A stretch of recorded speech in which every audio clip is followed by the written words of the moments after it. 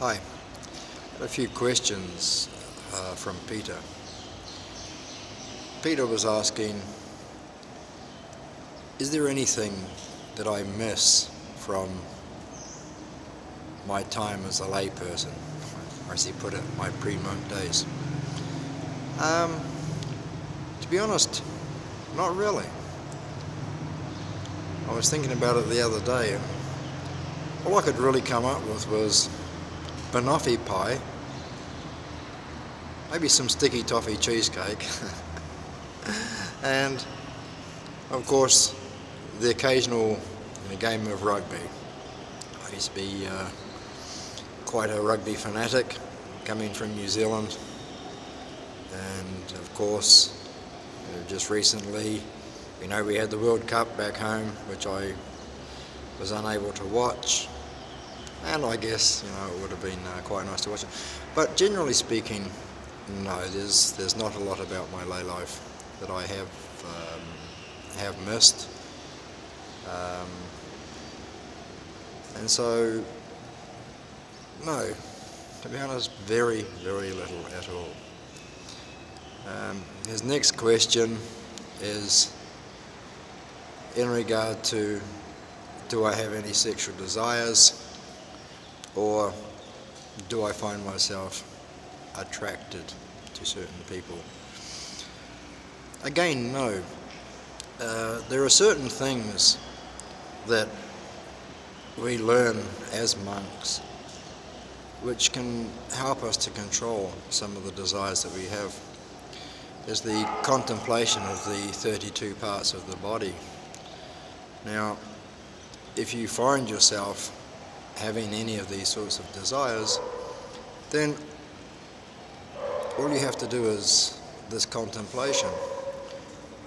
So I was reading somewhere the other day about how the hair of our body above the follicle is dead. Our fingernails above the quick are dead.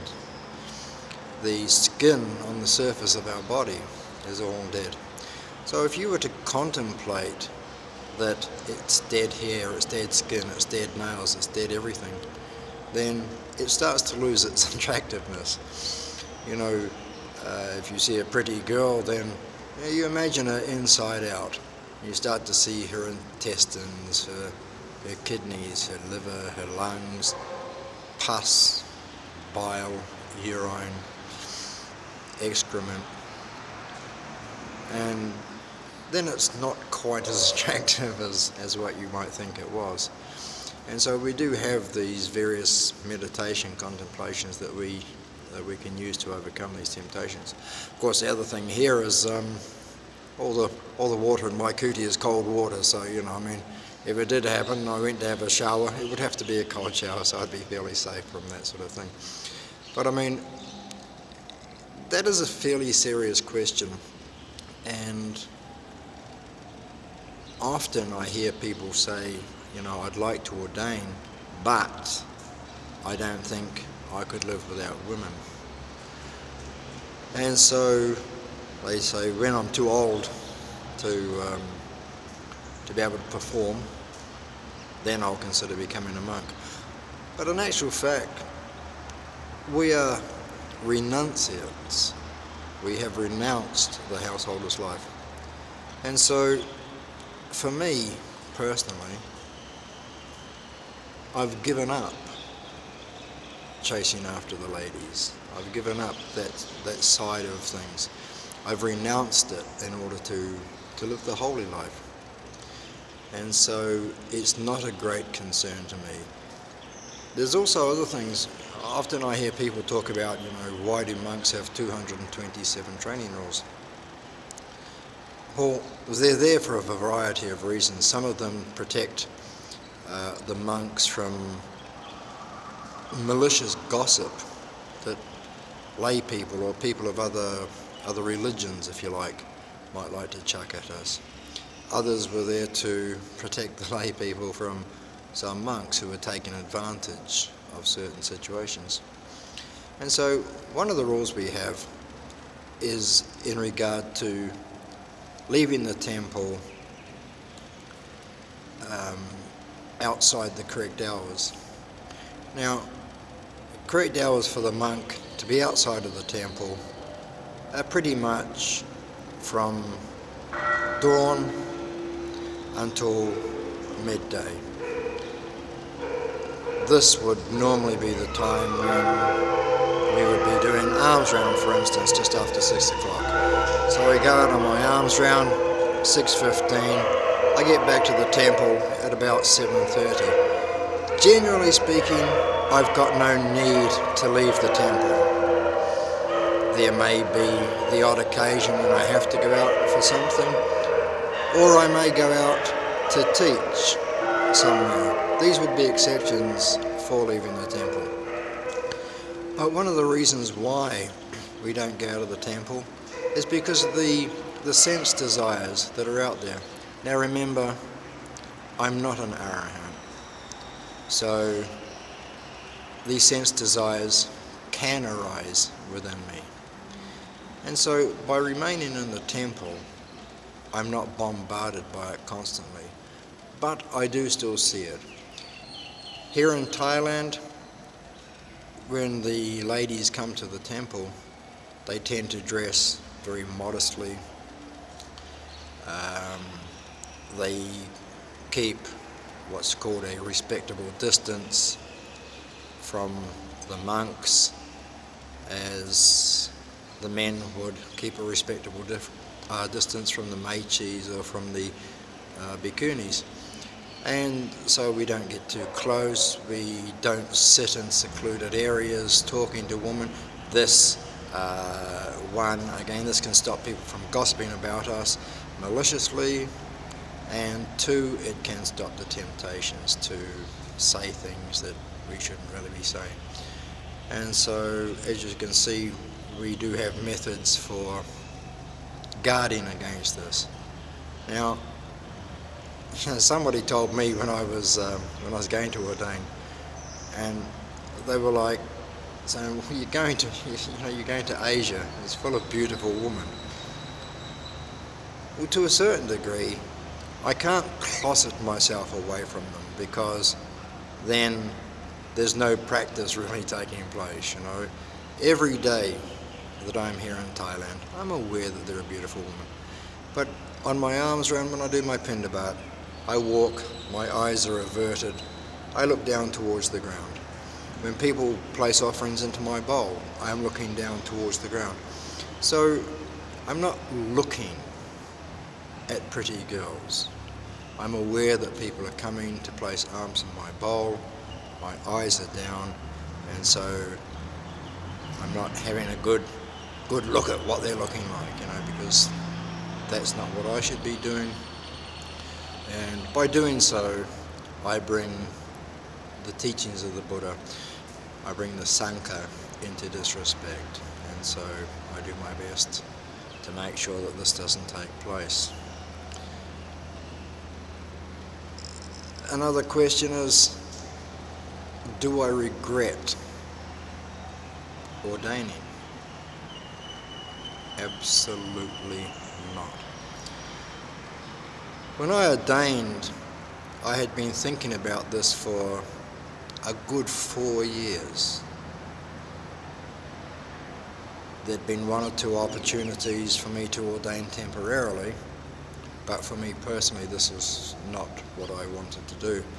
I knew that if I did ever ordain, I was going to ordain full-time and with no idea of a length of time. And so it wasn't a spur-of-the-moment decision. Here at Wat Si Boon Luang, we have a temporary novice ordination opportunity that some men can take if they so desire. Now, we have had some criticism of this program. Some people call it playing monk. Well, first of all, a samanera is not a monk. Samanera is a novice on 10 precepts, not on 227. But I actually find it's a very useful mechanism, because we do get people come to the temple, they contact me and they say, I want to be a monk, I want to ordain full time, you know? And so we bring them into the temple and they spend a little time as a pakal, and then we give them the novice ordination, and now they start to live a slightly more monastic lifestyle. They are coming on alms rounds, collecting their food each day, walking barefoot backwards and forwards, not allowed to handle money, all the rules that the rest of the novices here are expected to keep. And after some time, a lot of them say, no, this isn't for me, this isn't what I need right now, you know. And so I think the program works in that way, because I think it would be harder for a lot of people, possibly due to the ego, to disrobe once they've taken all 227 vows, as opposed to having taken the 10 vows. And so we see in some of the monasteries here in Thailand, you can ordain very quickly. You could become a pakal for a day, and the following day ordain as a novice. An hour later, 2 hours later, you could be ordained as a bhikkhu with the 227 precepts. And other places, you spend some months as a pakal, you spend some months as a novice before being accepted as a bhikkhu. But for those who are coming into a lot of the places where they would do it quite quickly, I think the opportunity to ordain as a novice is a great opportunity, and you know, for a lot of the foreigners, it will help them to make up their mind.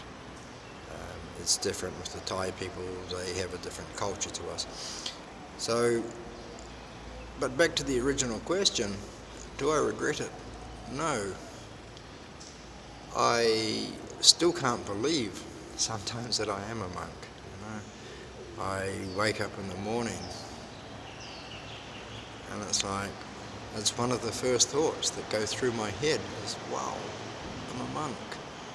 You know, and so there's been absolutely no regret. There's no thoughts about returning to the lay life at this stage. You know, I enjoy being a monk. Well, Peter also asked, do I ever get lonely?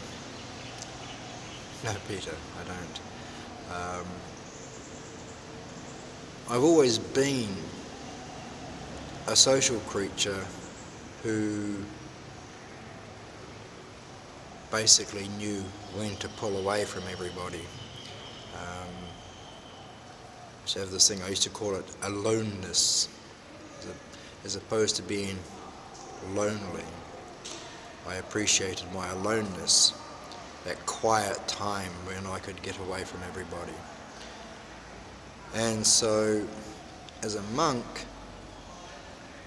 actually I probably spend more time with people now than when I was a lay person. Whether it's face to face, sometimes it's like this, via a video. You know, I have a blog site that people read, people contact me on the blog. You know, the Facebook page that people are reading and contacting me, speaking to me about this, that and the other. Also we have the people who come through the temple doing the Thai temple stay, where you know, they come in, they're learning a little bit about the Dhamma, a little bit about Vipassana meditation, Thai culture, which is very important to teach a lot of the Phalang. And so there's always constant comings and goings.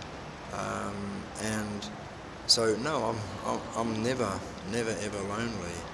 And when people aren't here, when I'm not teaching, then I have my meditation time. And with my meditation time, I'm really getting to know about me,